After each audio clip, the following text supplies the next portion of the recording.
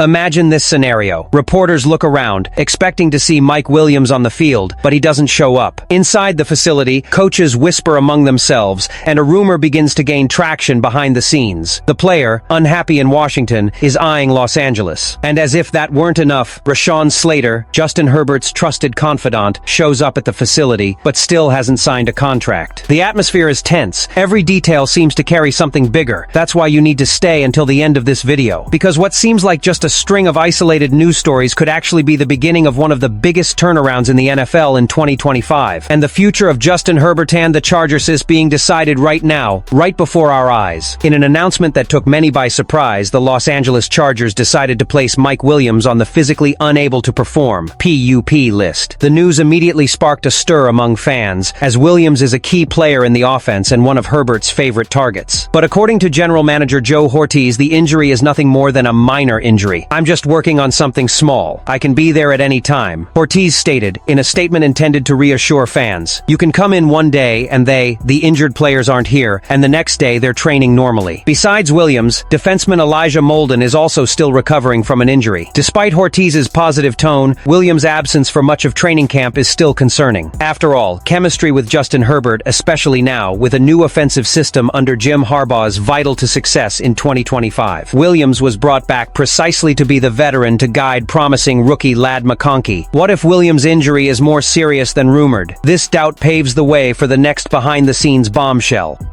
While Mike Williams remains sidelined, nursing an injury that landed him on the PUP list before practice even began, a new possibility is stirring up the Los Angeles Chargers' backroom staff, and it's Terry McLaurin. Yes, the Washington Commanders' star wide receiver could be directly targeted by the Californian franchise amid a tense contract dispute that threatens to sideline him indefinitely. And believe me, the backroom is already buzzing. McLaurin's dissatisfaction became evident after he failed to attend mandatory minicamp, signaling a clear protest over the lack of progress in negotiations for a contract extension. His words were direct and blunt. "With no progress in the discussions, it's kind of hard to see how I'm going to get on the field. I want to be here. I want to make that clear. But when you have that kind of production, and you see how it's being handled, it's disappointing. I just want them to be straight with me." This statement has fueled speculation about the receiver's future, especially since his current contract with an annual average of $23.2 million no longer places him among the 15 highest-paid wide receivers in the NFL. For a player coming off his most prolific season, with 82 receptions, 1,096 yards, and an incredible 13 touchdowns, the best performance of his career and the second highest total in the league in 2024, the frustration makes perfect sense. And it's precisely at this juncture that the Chargers appear to be an ideal destination for a trade. With $27 million